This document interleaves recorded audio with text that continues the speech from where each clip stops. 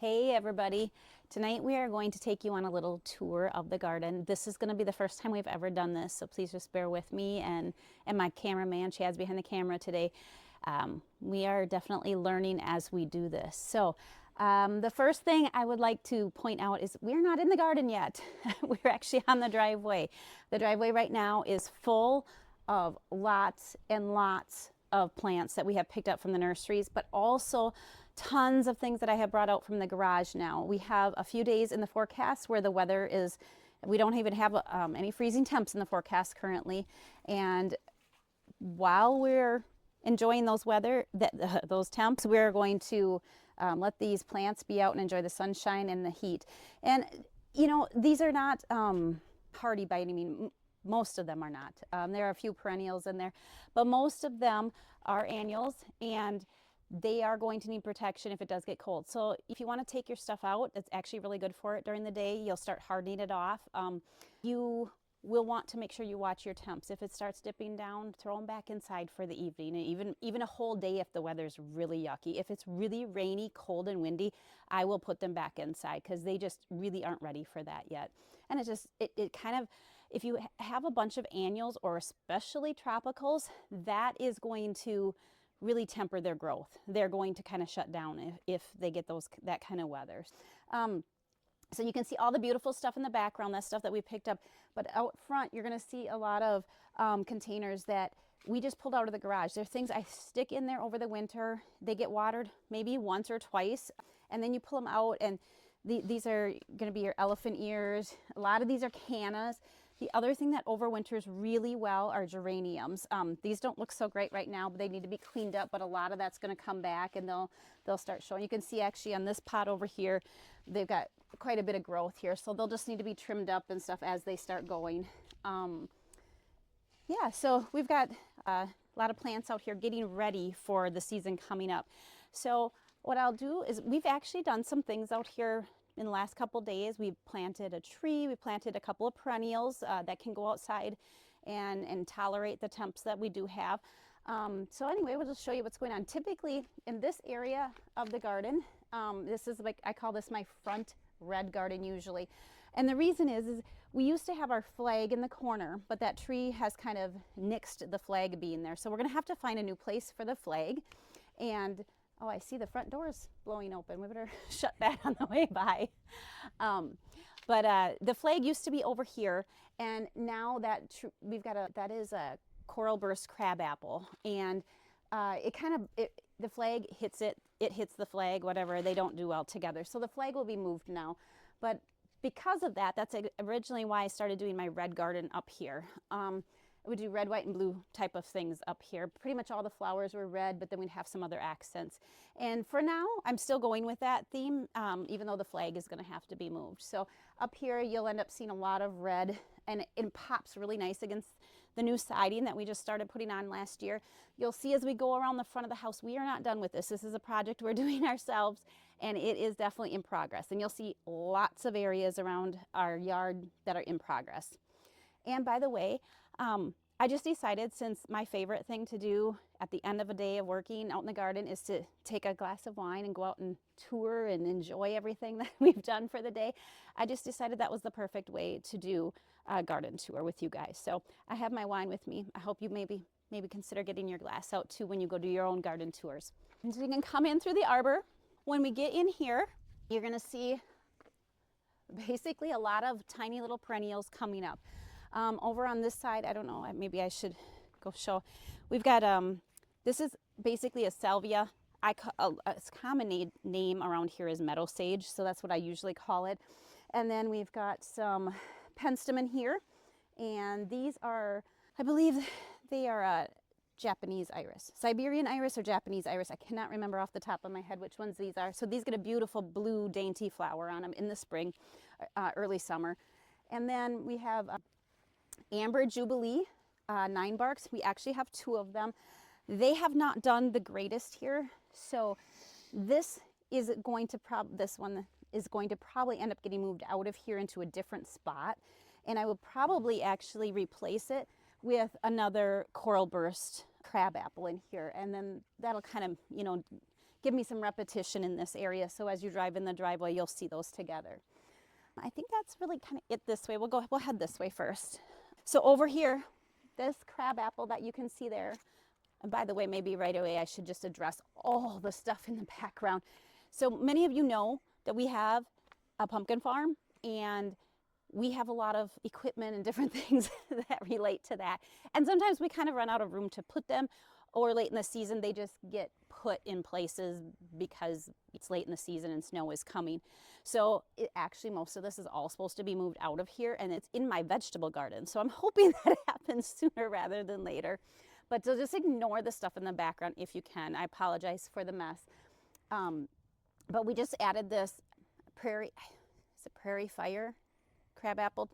And the funny thing is about this tree is we've had it in a pot for 2 years. And this thing has just trucked right on through. We have neglected it. You know, we have not been very good parents to it. And it still keeps coming back, and it's doing beautifully. And we finally got it in the ground.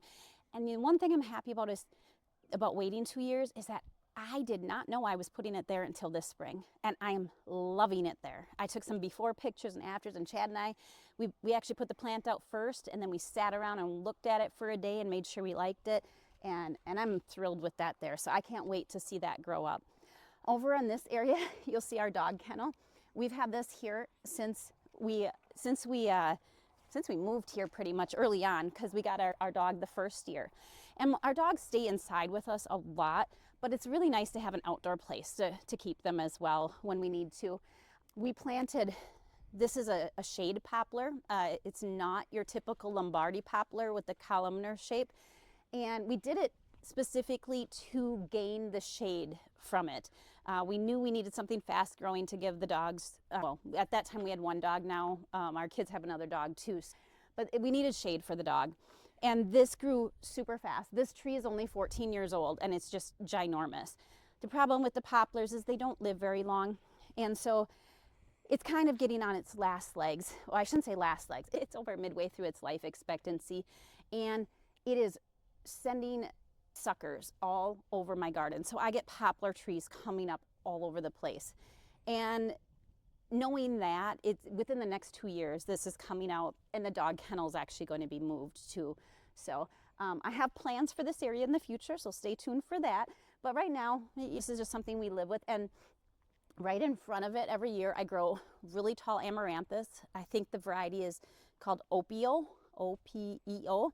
And then also, I've got some Rudbeckia that comes up, and usually I've got sunflowers mixed in with it. And so once everything's kind of up, you don't notice the kennel that much anyway, but it is a little bit of an eyesore. So we've got a bunch of autumn fire sedum in here. I should mention the autumn fire sedum because a lot of people have autumn joy sedum, and in our climate, they do tend to flop. They get just a little bit taller, and they get a little floppier. The autumn fire has never flopped on me, and I've had them for about 14 years as well. So they are just as gorgeous. They're wonderful, but they stay about, it's only a couple inches shorter, I think, but they do not flop on me. So that's wonderful. And over here you can see some blue fescue, more of the meadow sage. I do have, it's a denim. Oh, what is that variety of, I'm blanking. Russian sage. Is it denim and lace? Something, blue denim, I don't remember. But that's what's coming up right there. We've got the Amber Jubilee. And what I love about this is in the spring is this orangish color. And it kind of always keeps an orange tint to its leaves. Not as orange and bright as they are right now, but it keeps that look all season long. And when you pair blues and purples with it, it's just gorgeous. So that's my favorite thing to put around both of them. Let's go over this way. You'll see lots of areas that are empty right now. Some of it is perennials coming up. Some of them I kind of save for annuals. And I have a lot of new plans this year too. I've got some plans to change things up. I have some of it I've been doing the same way for years, and I'm like, it's time for a change this year. So you'll see some things that, like if you've seen the photos of our gardens before, you might see some things look different this year. So back here, we do have a couple of grasses that are getting removed this year. The problem with my grasses here is we had too many of them seeding into each other. So you're getting inside of the panicum, I'm getting big blue stem and little blue stem coming up in the middle of them, and you can't get rid of it. So I'm going to actually move these to our prairie in the back, and then they'll do just fine out there. And I think this year I've started some mahogany splendor hibiscus from seed. I've done it for 3 years now, I think. They come up so easily and they're so beautiful. They kind of remind you just a little bit of a Japanese maple. They have a purplish color and have a really cool leaf. They are an annual, but they get easily 3 to 5 feet tall in just one season. So they're very fun. They're fast growers and they're just beautiful. So I think I'm going to put one of those there this year and take those out. Coming forward here, this area, I have a lot of bare space, but in here we have some liatris that is going to come up. We also have butterfly weed. Now, butterfly weed is not the same as butterfly bush. Also, I think called buddleia, butterfly bushes. That's not very hardy here. I don't grow it at all. But butterfly weed is actually a form of milkweed, and it's got the bright orange color.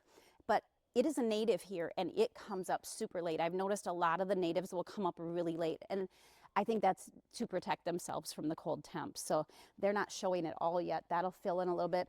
And then right behind the bird feeder, I have plans to get some peonies from my mom this year, and one of them is going to go right behind there. So I can't wait for that. I think that's going to fill in so nicely there.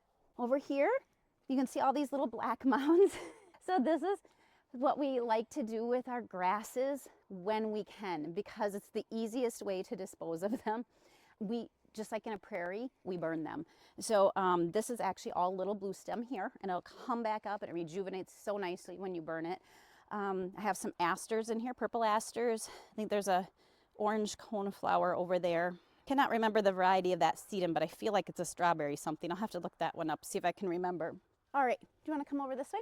I'll have you guys come into my little circle. This is my little secret area that I just love. Once things are up in here, you don't really realize that this area exists, but it's just like my calming. I love having, you may have noticed up front, I have a little grass area, and this is like a little second area with the grass. I feel like it's calming, like your eye needs a rest. We have so many things going on in the garden. It's just peaceful for the eye to be able to rest on these little patches of green grass. Around here, well, I think he's actually showing right now our plum tree. I think that is, oh, I'm trying to remember varieties.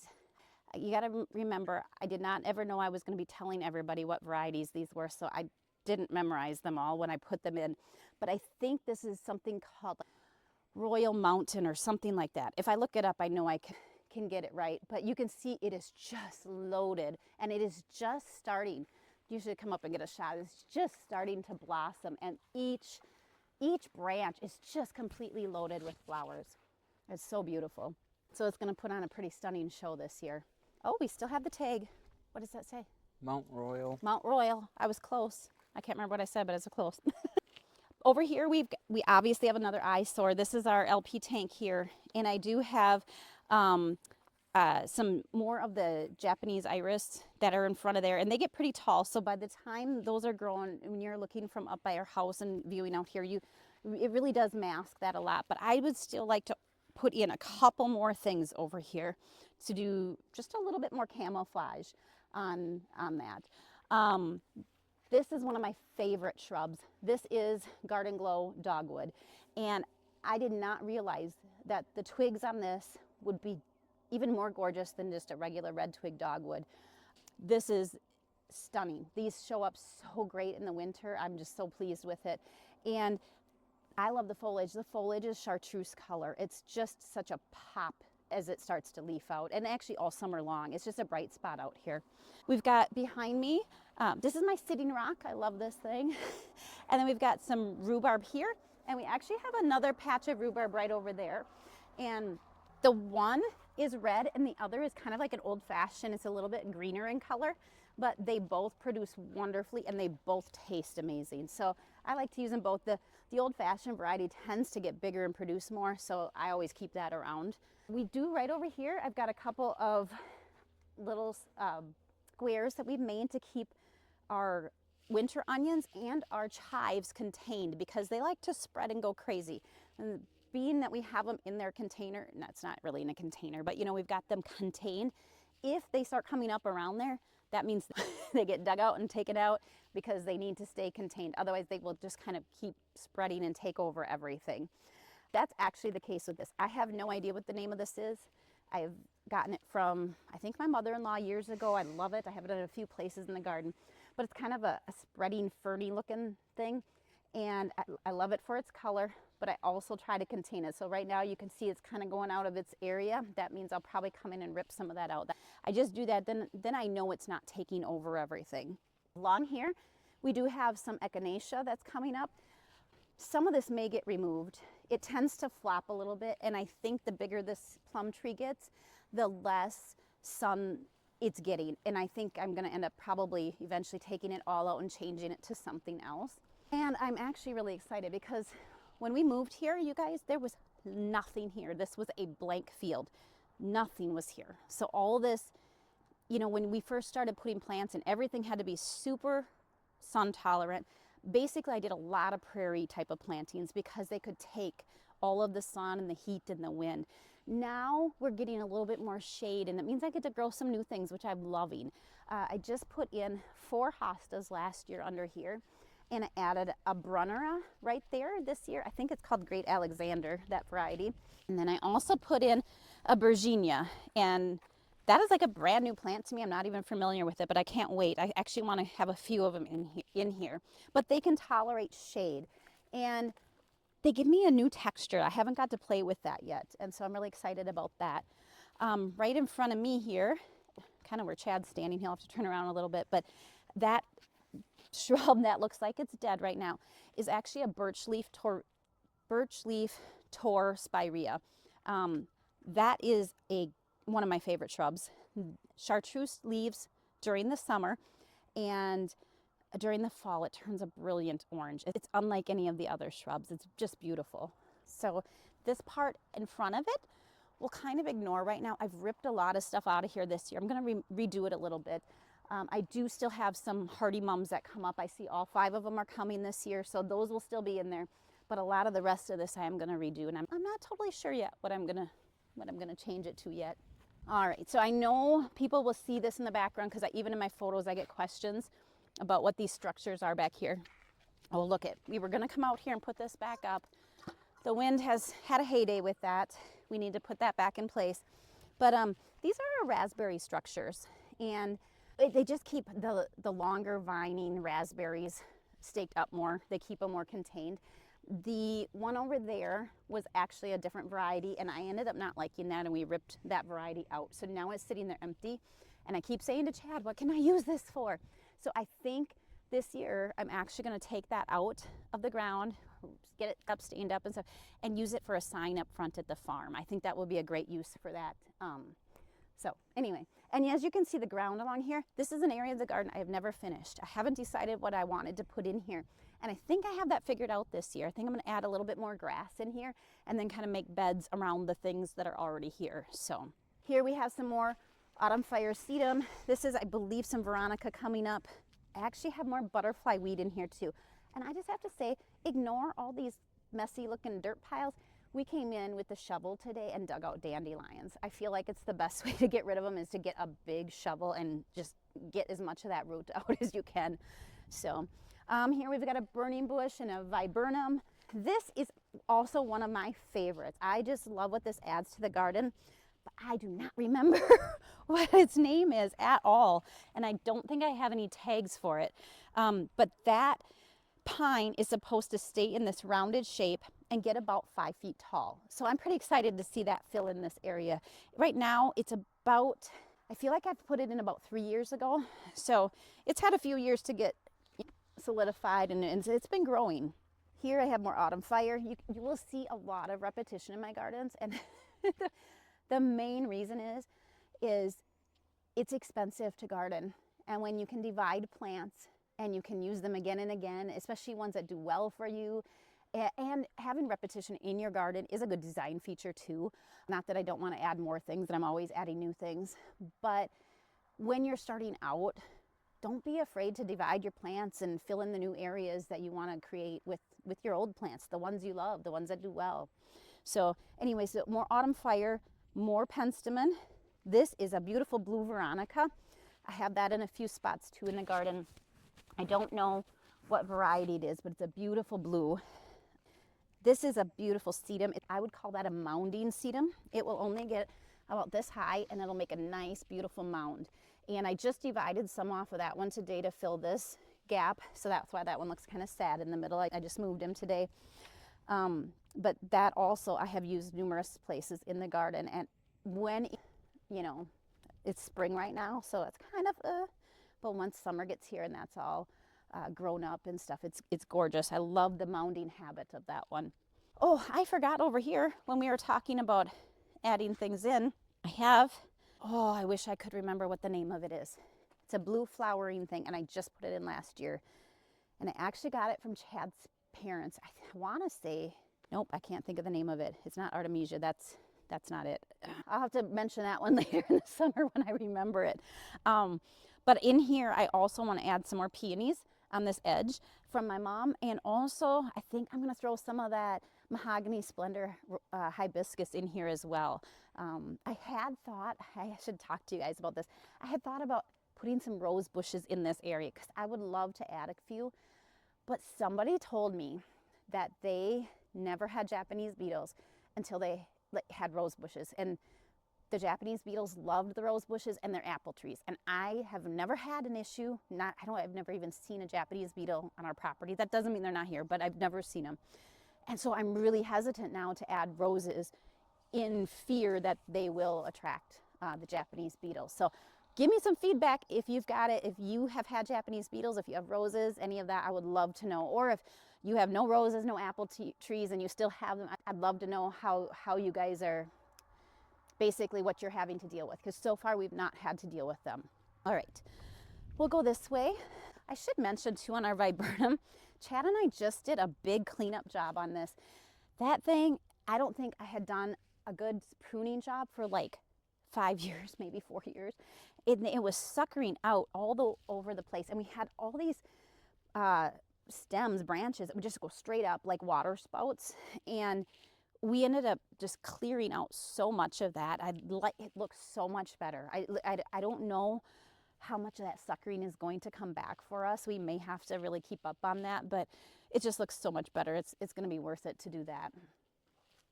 All right, in here, this is a Weigelia, and I cannot remember the variety right now. It has a purple leaf and a bright fuchsia bloom on it. So it's just started. I can see the buds on it. It's coming. So that should do a great job this year.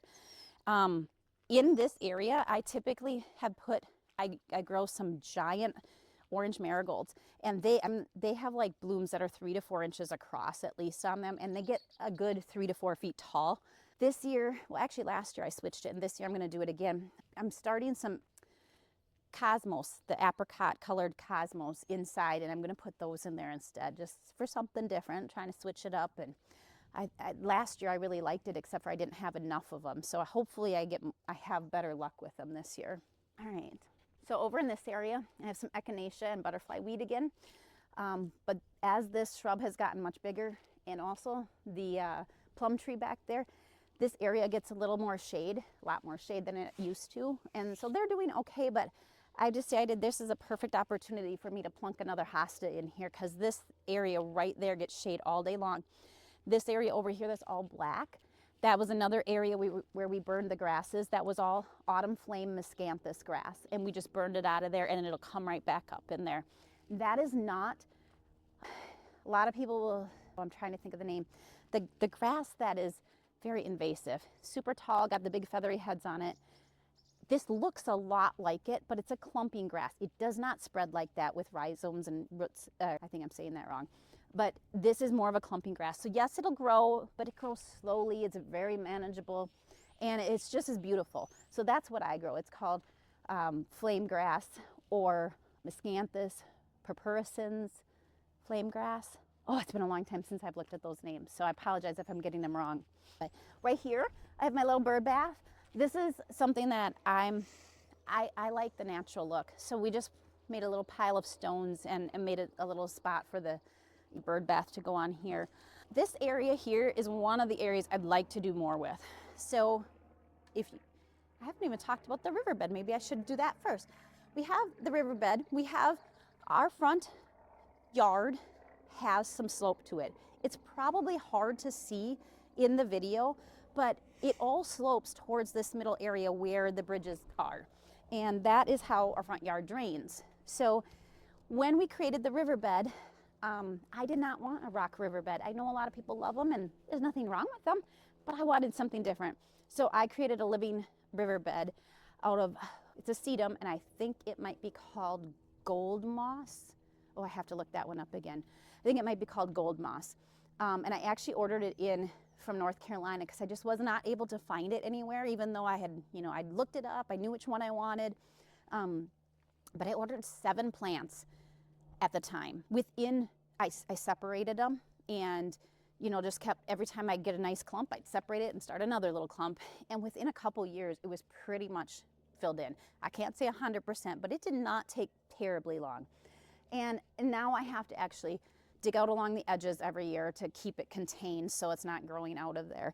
But this area is also slanted down towards the riverbed, and it was always washing. So I decided to let it grow up into here to help with erosion and hold the soil and stuff. But I've done nothing else with it. And this is an area I do want to add some more things into it.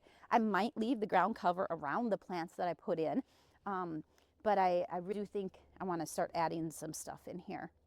What we bordered the edge of the riverbed with is actually just nepeta, catnip, catmint, depends on who says it, what you're calling it. But I think I got lots of baby plants from my mother-in-law, and I just kept populating them. So now they both sides of the riverbed. They're just beautiful. I love them. Simple, cheap, easy. It's a wonderful plant. All right, down here. So this is where the riverbed goes out, and this is how water exits our front yard here. So we'll go across the bridge and come this way. So over here, we've got my Norway spruce. That is one of my favorite plants. It was one of my first splurges for my garden. I don't know how long we've had it, but it's actually fairly old now. And it kind of is outgrowing its space just a little bit, but I have pruned it back a couple times and it has just responded wonderfully to it. It hasn't hurt it. It's kept it kind of where it needs to be. But yeah, I just love the shape and the structure it gives to our garden. A lot of this stuff is not up. Some of this is annuals that'll come in here, but right back behind here, we've got a bird's nest blue spruce there. And this is a sand cherry, and this was a super, super cheap little shrub, and I just love it for its purple foliage. And we just did a big prune job on this too. So this will be a little bit of an experiment for us this year to see how it reacts to that. I think it's gonna be great. I'm loving the shape of it right now. So excited about that change. I have to apologize because some stuff looks really sad and sorry.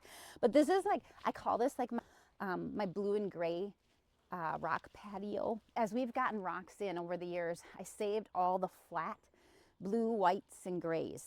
And that's what we created here. So on both sides, I have Artemisia that comes in and makes, the common name for that is often silver mound, and it creates big silver mounds of just feathery foliage. It's so beautiful. And then I have blue fescue on either side. They are to the point where they really need to be divided. They look pretty sad right now, so they need some help. I just added in today, that was one of the perennials I planted today, coral sunset peony that I just picked up while I was shopping with Mom. We each got one. We are so excited. We were both looking for a peach peony and we found them. So we're excited about those. Back here, you'll see these little mounds. Those are mostly echinacea that are coming up. And then right here, I have a bunch more of that sedum that I was showing you over there. And I just divided this today. So I think I went from 7 plants to 15 now to fill in. So the reason the ground is so bumpy over here is we have 2 reasons, I think. We have quite the population of cicada killers every year, and they burrow into the ground and they kind of create these little mounds when they do that. So that's part of the reason. And then the other reason is like I was saying before, that all of our land slopes towards the riverbed. So we get a fair amount of erosion, if you will, coming off of here. And that is one of the reasons that I filled in more with these sedum. I divided them and put them so that will completely fill in, and I think it'll help stop some of the dirt runoff that we do get here. I also wanted to mention, I forgot that I was going to mention this, but if you look over there, you can see these little rock edges all around different parts of the garden. And the reason I have all these rock edges isn't necessarily for borders. It's to prevent the dirt and the mulch from washing. Because everything is sloped, if we don't do that, we have a lot of runoff. And so it's just kind of like a little way of terracing. And once the plants are grown up, you hardly notice them at all. So they kind of disappear, but it serves a really good purpose. And the rocks were free, which is great. All right, so while we're in this position, actually I should talk about this, and then I'm going to talk about the ugly stuff behind Chad. But these are my 3 birch trees. This was a vision in my mind when we first moved here. So they were planted, I think, within the first year, for sure within the first 2 years. And one of them you'll see is much smaller. I had to replace it because we had one break off in a windstorm about 5 years ago. So yeah, that one's playing catch up. And then that one was always the small one. So now we have one that's a lot bigger. But around them, I don't really plant stuff. I usually just keep it like a fresh coat of mulch each year. It's, again, for me, a little bit of that contemporary feel where you just have something clean to look at, and it is a restful spot for your eye to just take a break from everything else that's going on in the garden. So I'm gonna have you turn the camera, Chad. I'll go over here. Okay, so this is where stuff gets ugly because we are in the process of re-siding. You can see down at that end, we've made some progress with the siding, but you get to the middle of the house and that door is still open and blowing. But we haven't made it obviously all the way through. But this whole area has kind of been under construction since last March, actually, when we started. And so I want to redo this anyway. I have some plans for up here. So right now it's kind of a weed fest. A lot of things have been trampled that were in here, and we've just kind of ripped some things out as we've gone. So this area up by the house is definitely an ugly spot right now, and it's a work in progress. So I think that's kind of it. Maybe we should just take them up and show them the corner of the house where I did pot up one plant, one annual already, just because I wanted this pop of color in this corner. Oh, then I can talk about our missing patio too. So this will give you an idea of what we're doing with the house color. And oh, we have a shovel there too. But I potted up those geraniums because I just wanted to hang them in that corner. I knew that's where they were going. And I just love it. My son even, he's 19, is he 20? I have to think. Anyway, he came out today and he even commented on how beautiful they were and how nice they looked in that corner. And the thing is just like any of the other annuals that I have sitting out in the driveway, if it gets cold, I can pop those inside so easily for a night. So they're good. And plus this corner of the house is the hot corner. These geraniums just love it here because it's about the only thing I can put in that corner because it's southwest facing. So it gets tons of sun. And with our the way the angles are in the house, it doesn't really get a lot of breeze there. And that is why we sit here, because this is our favorite spot to sit in the spring and fall because we get the sun on us, which is so warm. And because we're tucked in that corner, we really avoid the winds, which the winds out here are a huge factor. We have terrible winds out here. So the plan is actually to create, if you look over on this side, we made a little patio, and then we actually kind of want to create one over on this side. And it's just one of those things we haven't gotten to, so we just put the bench on some little pavers so we can still enjoy that spot and sit there. So I think that covers the front yard today. I'm not going to go into the backyard and stuff. We can do that another day. But I think that kind of covers everything. I want to thank you guys for watching. I hope it wasn't too long, and I hope it wasn't boring, but yeah, we'll be doing some more of these as the summer goes on, and you'll get to see the progress and how it goes from such a barren landscape at this time of the year to something gorgeous and lush that we get to enjoy every evening. So thanks a lot. Have a great night.